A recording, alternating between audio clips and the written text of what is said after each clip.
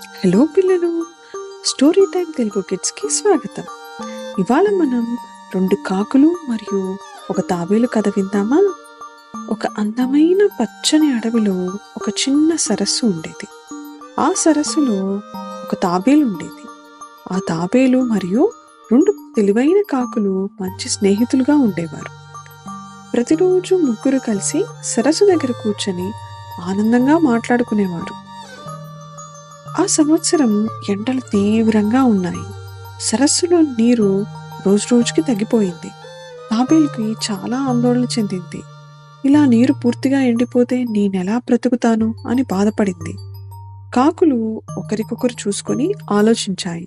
కొద్దిసేపటికి ఒక కాకికి ఒక మంచి ఆలోచన వచ్చింది. మేము నిన్ను ఇంకో పెద్ద సరస్సు దగ్గరకు తీసుకెళ్తాం అని చెప్పాయి. తాబేలు ఆశ్చర్యపోయింది.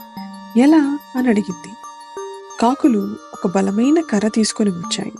ఈ కర్ర మధ్య భాగాన్ని నువ్వు నీ నోటితో బలంగా పట్టుకో. మేము 2 చెవులను పట్టుకొని ఎగురుతాము. కానీ జాగ్రత్త, ఏ పరిస్థితిలోనూ నోరు తెరవకూడదు అని గట్టిగా చెప్పాయి. తాబేలు అంగీకరించింది. కాకులు ఎగిరాయి.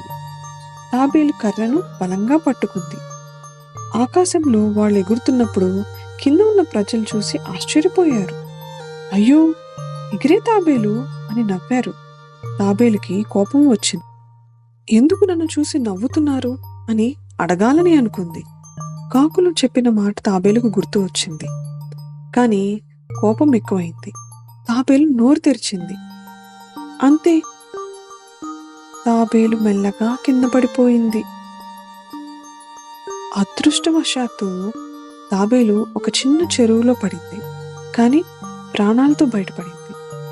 ఆ రోజు తాబేలుకు ఒక పెద్ద పాఠం నేర్చుకుంది. ఆలోచించకుండా మాట్లాడితే ప్రమాదం వస్తుంది.